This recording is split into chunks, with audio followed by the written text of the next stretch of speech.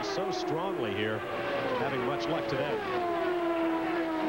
Keep in mind, they seem to be substantially undamaged in that melee before the green flag to start this race. Ferran on the left, Parker Johnstone on the right. 4th and 5th. Johnstone crosses the stripe, having taken the position. It'll be Johnstone 4th, dropping DeFerran to 5th. Parker certainly got comfortable in his car after starting 16th, as we mentioned before. He's just marching forward. Seems to be able to run high and low like we talked about before. Parker very much a good thinker. Andre Ribeiro was running 2nd, heading for the pits under green flag conditions. Yellow, yellow, yellow. And now the yellow comes out. So Ribeiro finds himself in an unusual position. I was about to say, I think that's the first green flag stop we were going to see from a leading car all day long, now that we're at the halfway point of this race. But the yellow has now come out and caught Ribeiro in the pits. There's Bobby Rahal. Rahal shown in 10th place. We have a safety vehicle out there. The report is that Bobby Rahal may have nudged the wall. I don't see any obvious damage to the car.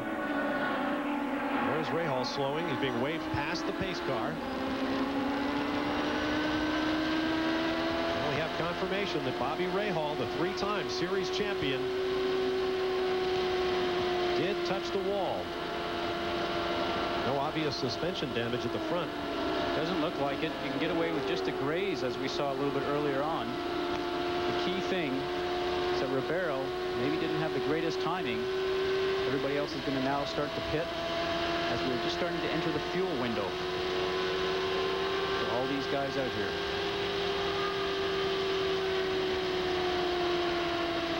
Engine sounds fine.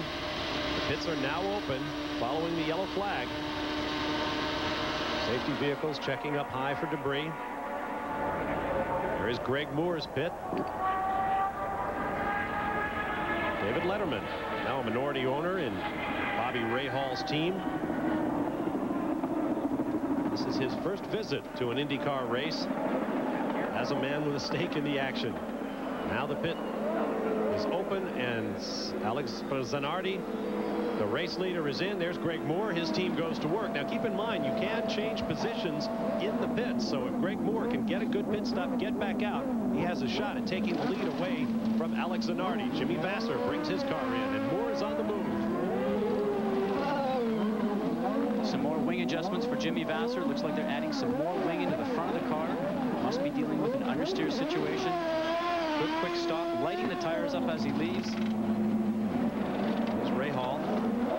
His team taking a close look at the suspension, talking over the radio. Let's get down to Jan Mikas.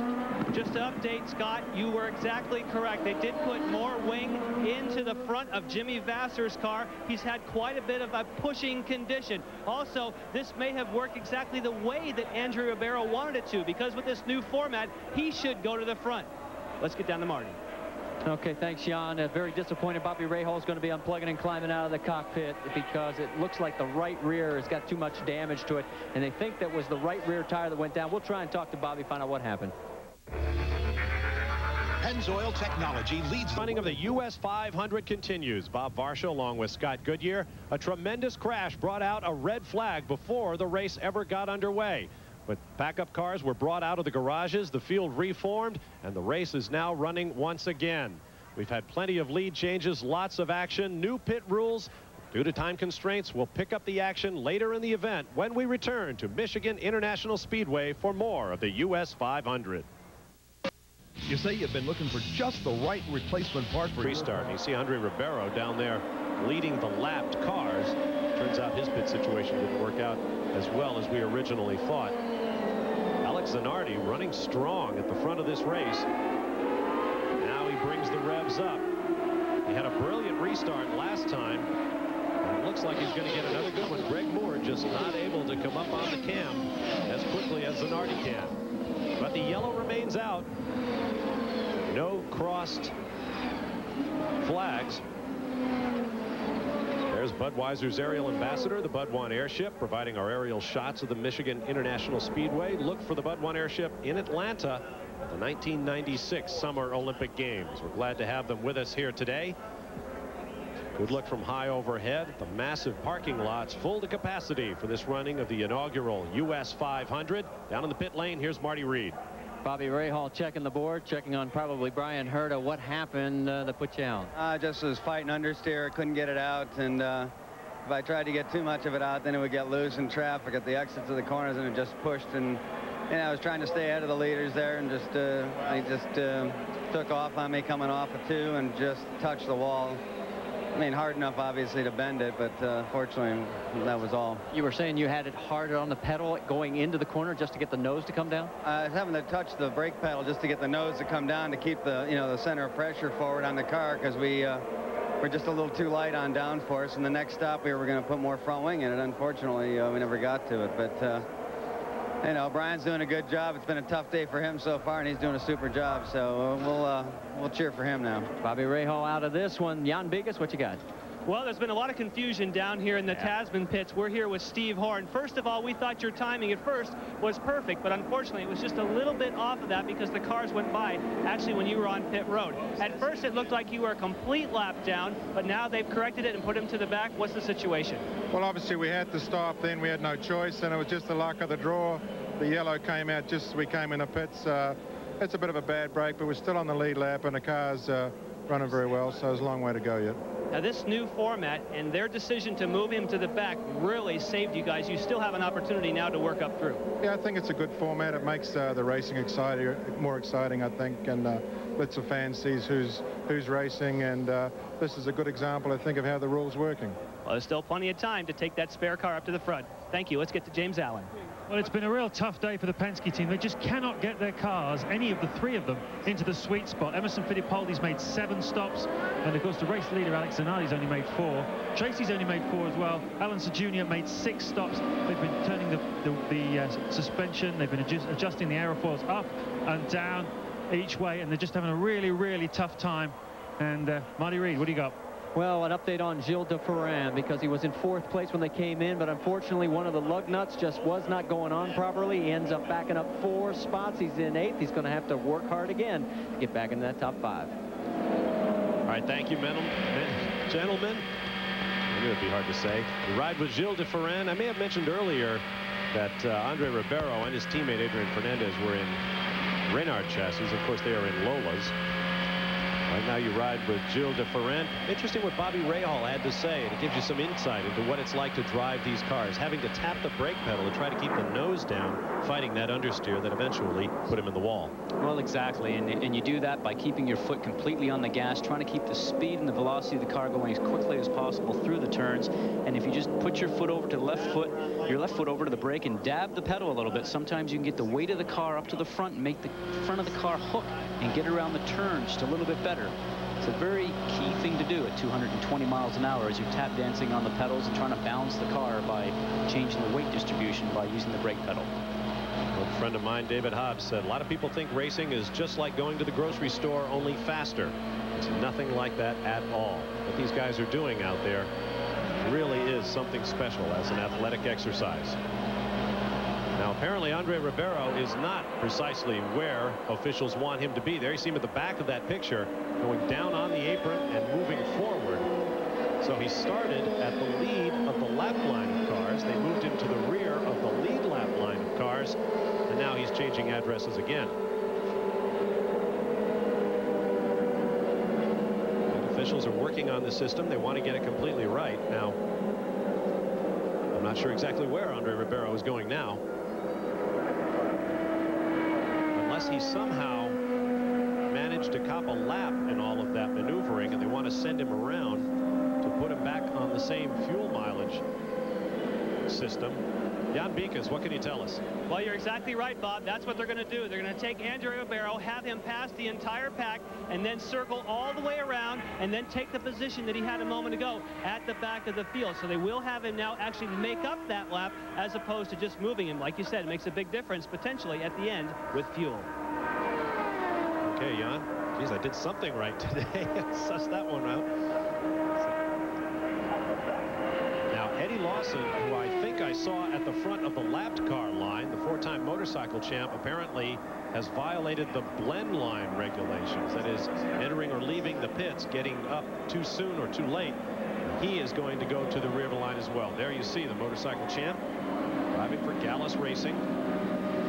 In his first year in IndyCars, following several campaigns in the Indy Lights Series.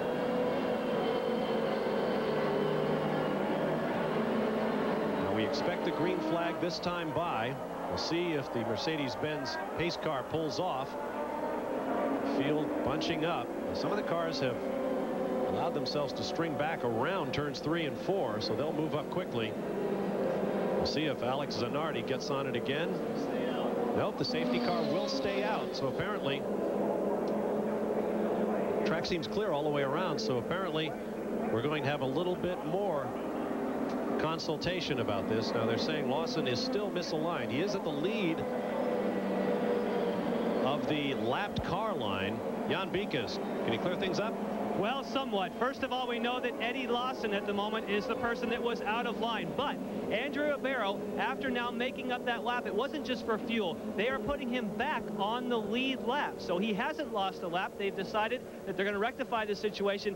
Boy, that's good news for Tasman. They have a chance now to run and stay on the lead lap. Well, there you see Ribeiro. Meanwhile, Eddie Lawson has taken his place at the back of the lead lap, it would appear, just behind Ribeiro. There you see him coming up right behind Andre. So he is back in line. We'll see what happens this time around. The pace car has now pulled well clear of the field. You see Billy Camphausen from IndyCar talking with the Gallus team to explain what they're doing with their man on the racetrack. And we need to credit IndyCar officials. They're doing this for safety reasons, and it will also help improve the show by keeping the cars together that are racing with one another when the yellow comes out. Could it be a tough situation correcting the positions of all of these cars, and they're doing a great job.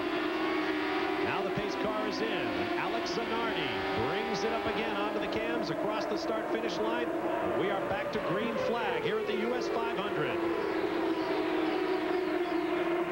Jimmy Vasser having a look on the underneath side of Greg Moore, not being able to get the deal done. And one of the Penske cars making a great run on the low line there. Looks like Paul Tracy.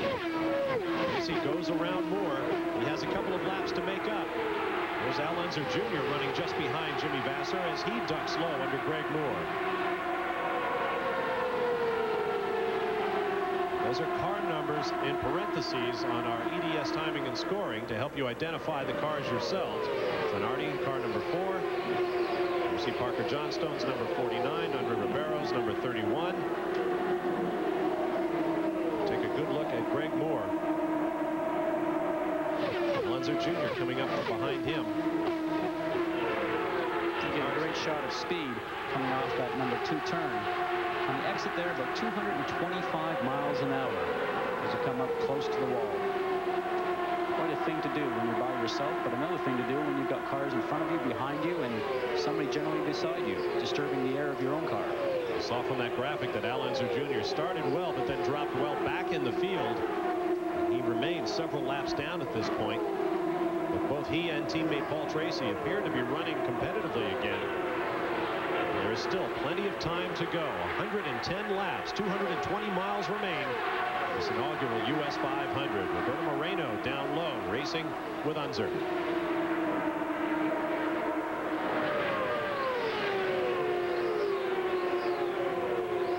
3 abreast across the stripe. That's a great feeling, I'll tell you. Only here at Michigan you can do that. Nice wide track.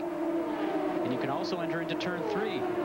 That's a great feeling for you. It's a great feeling for me sitting way up here, well out of the way, as Mark Blundell gets involved in that fight. Goes around Roberto Moreno. Eddie Lawson tightens things up. Or, excuse me, that's Brian Herta in the shell car. Back up to full speed, lapping at the 226, 227 mile an hour bracket. Zanardi, Vasser, Moore, Blundell, Herta.